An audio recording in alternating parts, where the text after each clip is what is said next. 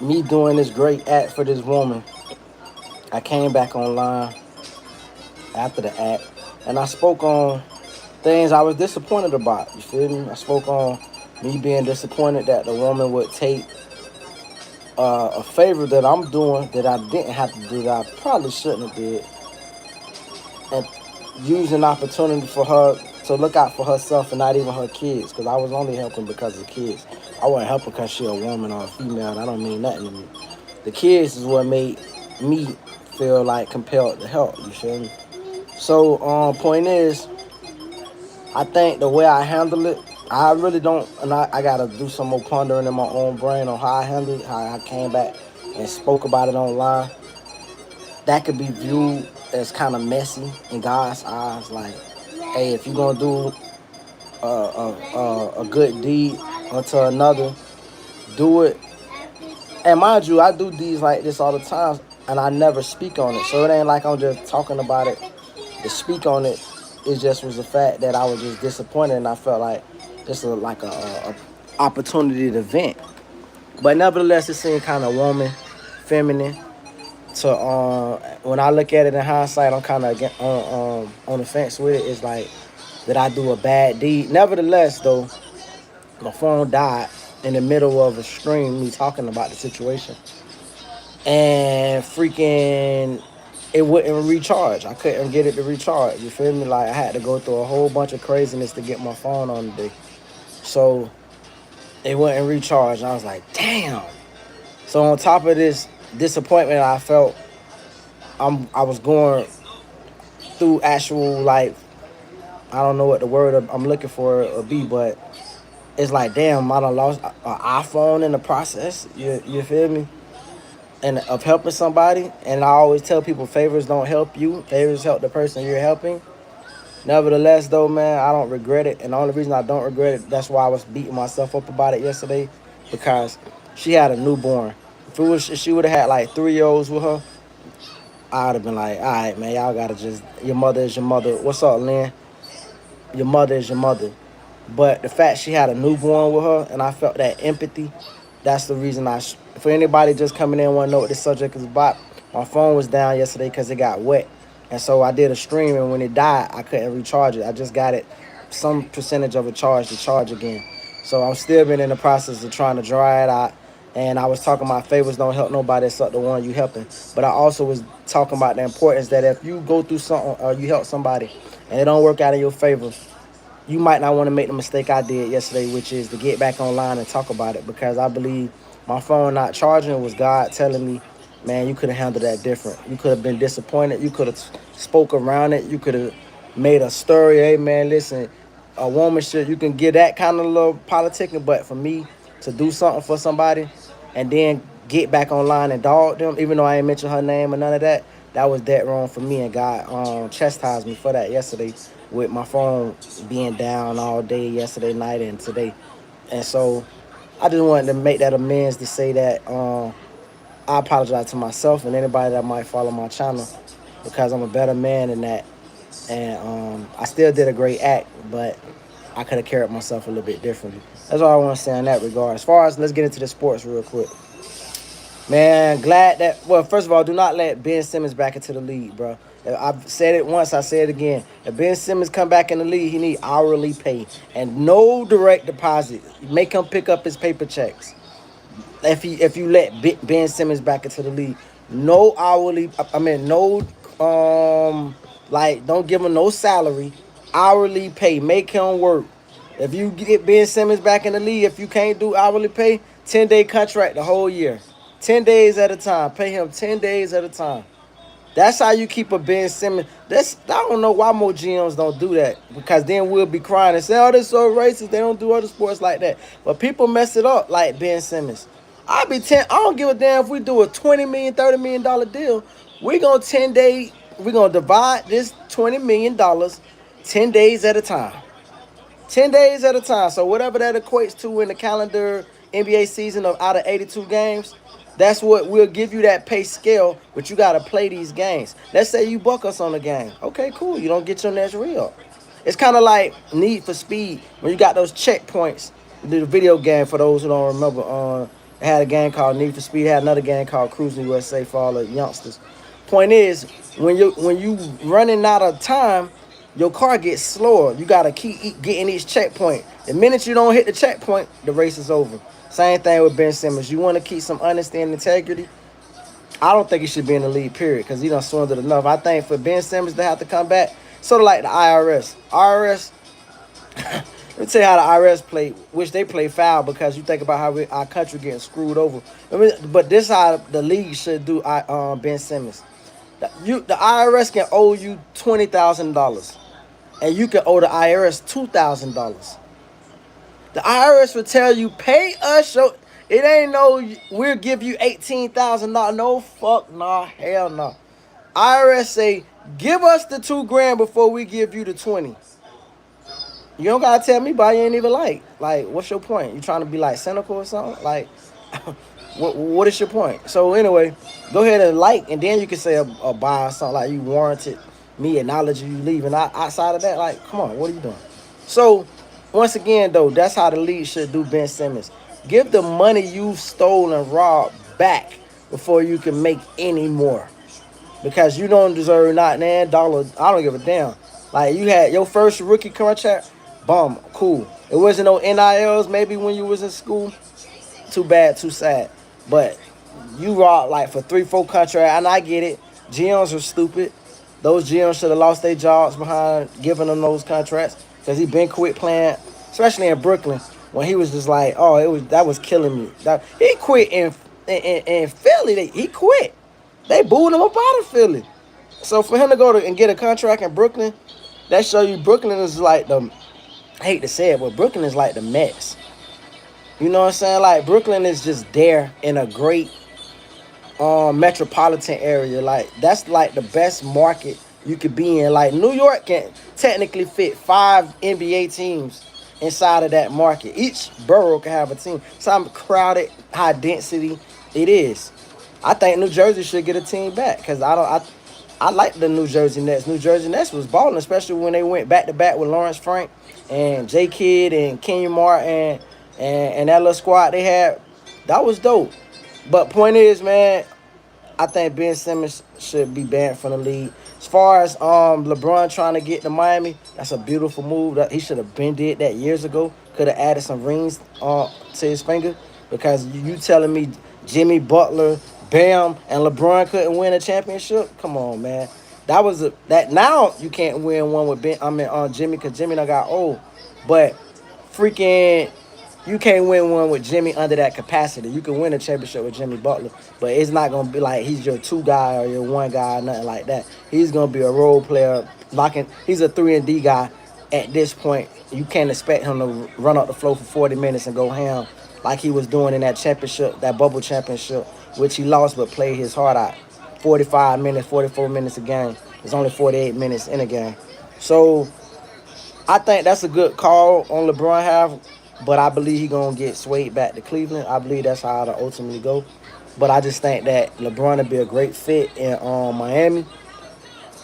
And it's just like that nostalgic. Like, I think they need one more star because obviously LeBron is his age now. But if they could get one more star to match Giannis and LeBron, it's going to be like the Heatles all over, bro. That is, to me, the best time in basketball, and I'm a diehard Laker fan. But being a South Floridian, it was amazing, that whole vibe. Bro, you should have seen all the bandwagoners, bro. Every time you look, somebody plate said Miami Heat, Miami Heat. I guarantee if they got like any research, like, you know, they got Pew Research and stuff, I guarantee the Miami Heat sold more tags, more sport tags than any franchise of baseball, basketball, football in the country, bro. It was heat or nothing. And so, you know what I'm saying? I think that'll be a good vibe. The fact that parties, it was like Memorial Day on South Beach. What it is, little fam. Cooling, man. I'm blessed, man. Good luck on your TV. It say, I thought it said TV. It said, Jassé Onfro. On parle Creole, garçon. Onfro. Anyway, so it's like, it was those Heatles days where they'll get to the championship, and then when they win, oh man, the 826 is shut down. Dolphin Expressway, MacArthur Causeway. All that shit is just shut down. People on the bridge partying. Bro, that was one of the greatest times of two things real quick, because I want to talk about that too. I ain't even get to talk about that Pretty Ricky thing. I think I'm going to say that for tomorrow evening. And I know I'm late to speak on it, but I got to take my time before I get into that, because that is a great part of my life. And it affects both parts of my life, because just to give a brief part about the Pretty Ricky versus B2K versus, I remember I had an ex, and I used to be so uncomfortable because I'm like, man, these niggas is looking at me like she had B2K plastered over her wall. And I remember the great Pretty Ricky days of, man, I got so many stories of different that I'm going to tell tomorrow, of different times with beautiful, amazing women I was blessed to meet in my life, and the different songs of whether it be Stay, when Stay first came out, when the late night special first came. Only thing, matter of fact, because I'm starting to talk about the subject that I say I'm going to say for tomorrow. Point is, man, they did their thing, bro. And I think it's going to get slept on, or maybe I'm going to make a short or try to clip it. But the way they engineered that AJ Nothing But a Number, when they ran it back after they did the song, but when they just said, okay, we're gonna kind of go like semi acapella with just that riff of that guitar in the background. Oh, that was just beautiful. It was so choreographed. It's like B2K was joining. I seen somebody in the comments say it was like a Pretty Ricky concert. If they concert that raw, then goddamn B2K need to go on tour with them boys and just do 3, 4 songs. And I never realized, matter of fact, I'm getting into it. Let me get off that subject. Bottom line, great times, great vibe. That's probably my favorite verses of all time. I realized that was our genre, because we was just being grown coming up listening to Jodeci and H-Town. I'm freaking fourth grade talking about knocking the boots and stuff. Didn't even know half of the stuff I was damn saying. So I knew the songs, I just couldn't relate because I wasn't old enough to be really doing what they would talk about. But the B2K days and just great times, dog. Great women, beautiful time. Hell, I think who should have been there as an honorary guest, even though he wasn't in no group, was on the Dream, bro. If you take that era B2K, Pretty Ricky, and the Dream, how many kids and just potential kids and abortions came out of that? Anyway, so next subject let me see. Oh yeah, so what the Lakers doing? I don't know. The Lakers in the game to sell tickets, bro. Lakers is like any other business, and that's when you start realizing, like my Oakland Raiders, you start realizing as an owner, as a management group, do we care about championships or do we care about our bottom line? Think about like how many mouths our organization feed, not just the players itself, but the concession stand, the lawn man who cuts the grass and maintains the grass and the lines, people who put in the chairs, and the custodians, and the delivery man who delivers the. It's so many. It's so multifaceted of its own economy that it's hard. It's hard to distinguish or to separate the fan aspect. As a fan, I want a player like Giannis who gonna hold the team accountable. People are trying to make Giannis like the bad guy who he held them hostage. No, you want me to play for you? Put somebody around me. Sign these 2-year contracts like LeBron. You're not gonna just go do Kobe me. Think about if Kobe would have the outside of Kobe career, meaning the way he managed. If Kobe would have had a Rich Paul, and they was like, man, listen, don't sign nothing long term. Hold the Lakers accountable every year. Use your star power. Especially when Shaq left, he had all the star power. Hell, Shaq kind of even hinted at they got rid of him for Kobe. So I got the power now, definitely. Y'all finna put a championship team around me every year. You think about the years they did kind of go all in. We locked up with Andrew Bynum. That came out of nowhere. But those rough Vladimir Romanovich, Sasha Vujacic, Smush Parker, bless his heart, those DJ Mingba, all those crazy ass when we went and signed Jordan Hill, I still look at that as one of the worst NBA contracts in history.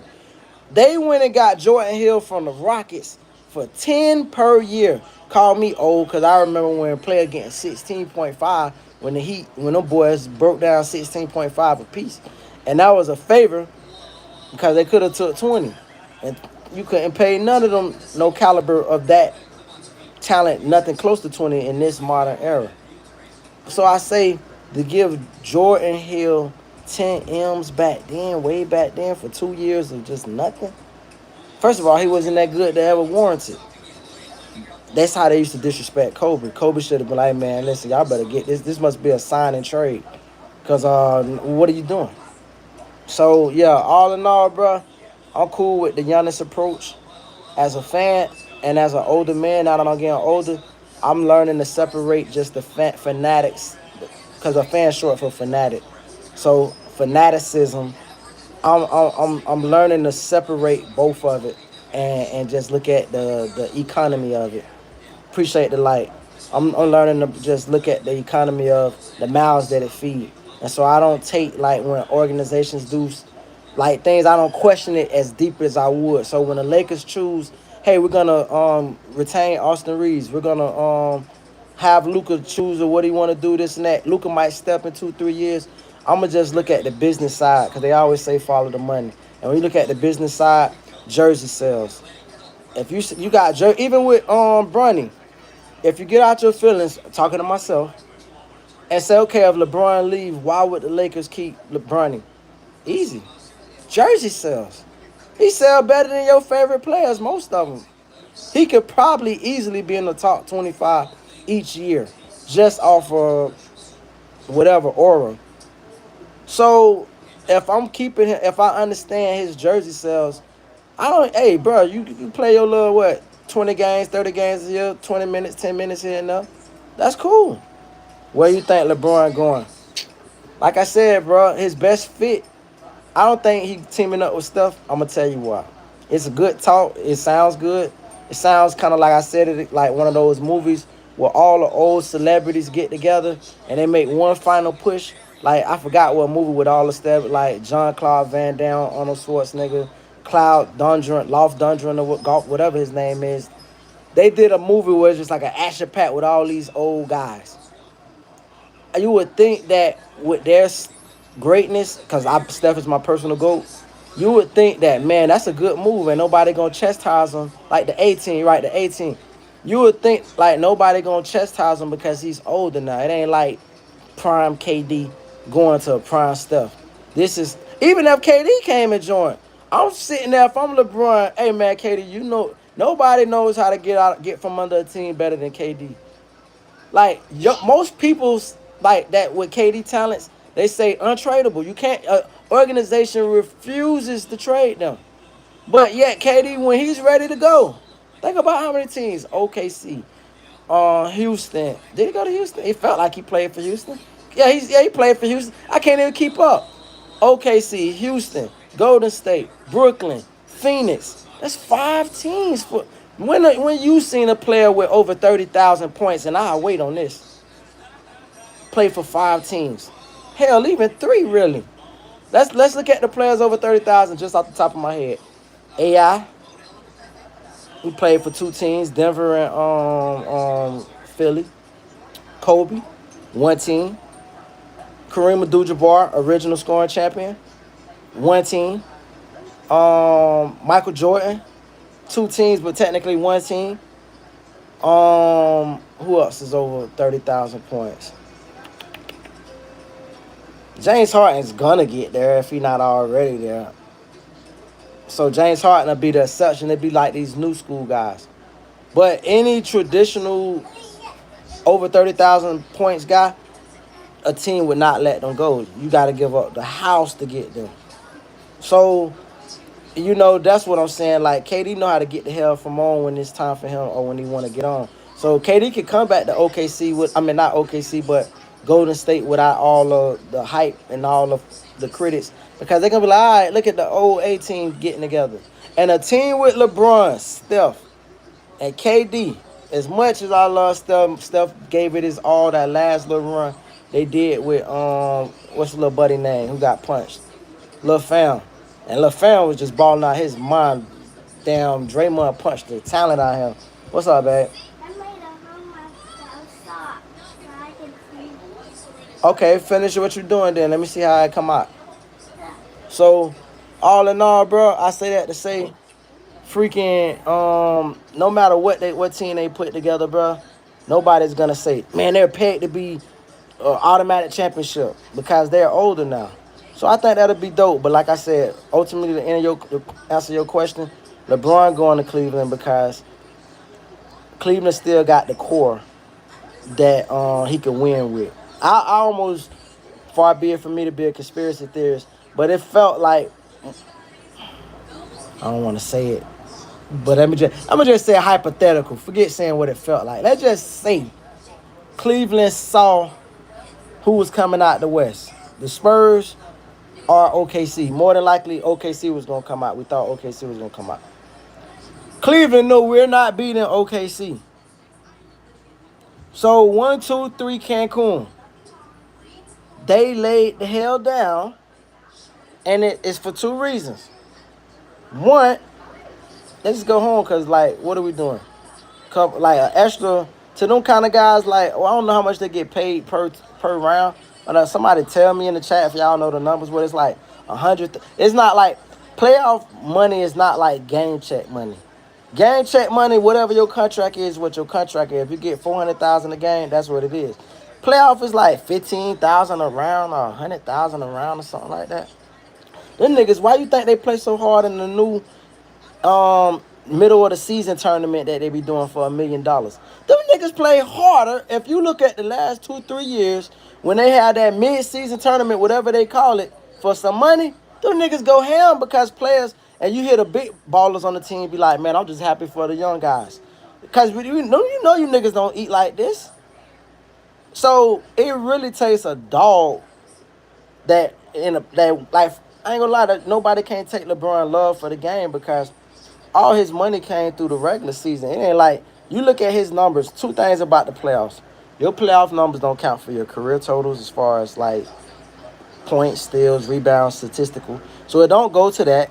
And your playoff money is nowhere near which, like, especially if you going 7-game series and shit like that. That's just more wasted time. More wasted games that you could get hurt. And now you missing out on the bag for next year. So when people, like I said, stop looking at it from a fan standpoint, start looking at it from a business decision. Niggas made business decisions. Hey, man, these niggas play physical. I'm tired. I done booked me a trip already. I didn't know we was going to go this deep. Bitch, I'm going to have to get that money back.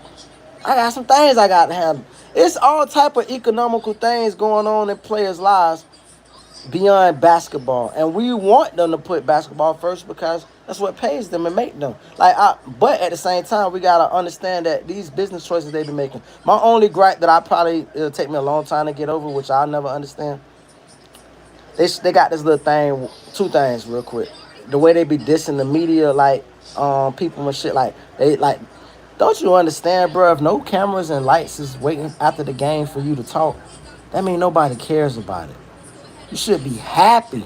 Like, these people are I get it. Like, they could be unfair sometimes, or they might have critiqued you or whatever, wrote you out the league or whatever the case may be. But without them people shining the spotlight, magnifying what the league itself is, bro, you have no league, bro. Think about, literally, like, bro, think about if you just went in on TV and you played in front of millions of people, and then the game is just over, you niggas go home. People gonna start tuning out. Now, obviously, social media changes things because you feel like you can know a star in depth. I don't need to speak to the media. I can go get on my live stream and speak to my fans to follow me there. So, but before all that, the whole concept is, even if you think about, even right now, if you try to take away from that, and minimize it and say, well, man, like I just said, you can go home and get on the stream. Think about the clips that come from post-game interviews. Practice? We talking about practice? Or, I'm a man, I'm 40. It's so many, I could go on and on and on. Sometimes those be the funnest parts to watch the post-game. What's said, what's being said, what's talked about.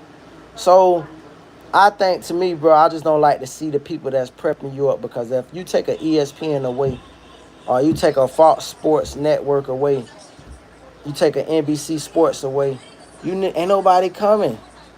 You niggas is back playing basketball at the YMCA for fun. So you want It's like it goes hand in hand. You get paid so absorbent amount of money because we're making you a celebrity. We're giving you attention. We're giving you TV time. Your basketball skills make you great, but the TV and media makes you a star. I don't know why they fail to put those two things together. The Stephen A. Smith. When the more you talked about on these shows, that's what makes you a star.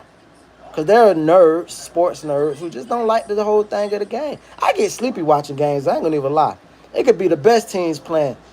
Uh, if it ain't like if it ain't March Madness or something where I know niggas is being dogs, like man, they fighting, like they battling. Like, I ain't even lie. What turned me off even to college sports when Dusty May, I'm gonna talk about it now. I don't care what nobody say. Dusty May threw that damn game. He threw that damn game. FAU, and this is where we go to talk about politics and economics and stuff. FAU has the exact infrastructure to be elite programming no matter what. They're in the richest city, one of the richest cities in the world. You want to talk about endowment, because that's what it all comes down to, endowment. They got it. FAU. So it's like if you ask the person, what would you want to live? Would you want to live in what are hurricanes basically out of? I don't want to say Cutler Ridge. I want to say what part of Miami is. Let's just call it Cutler Ridge.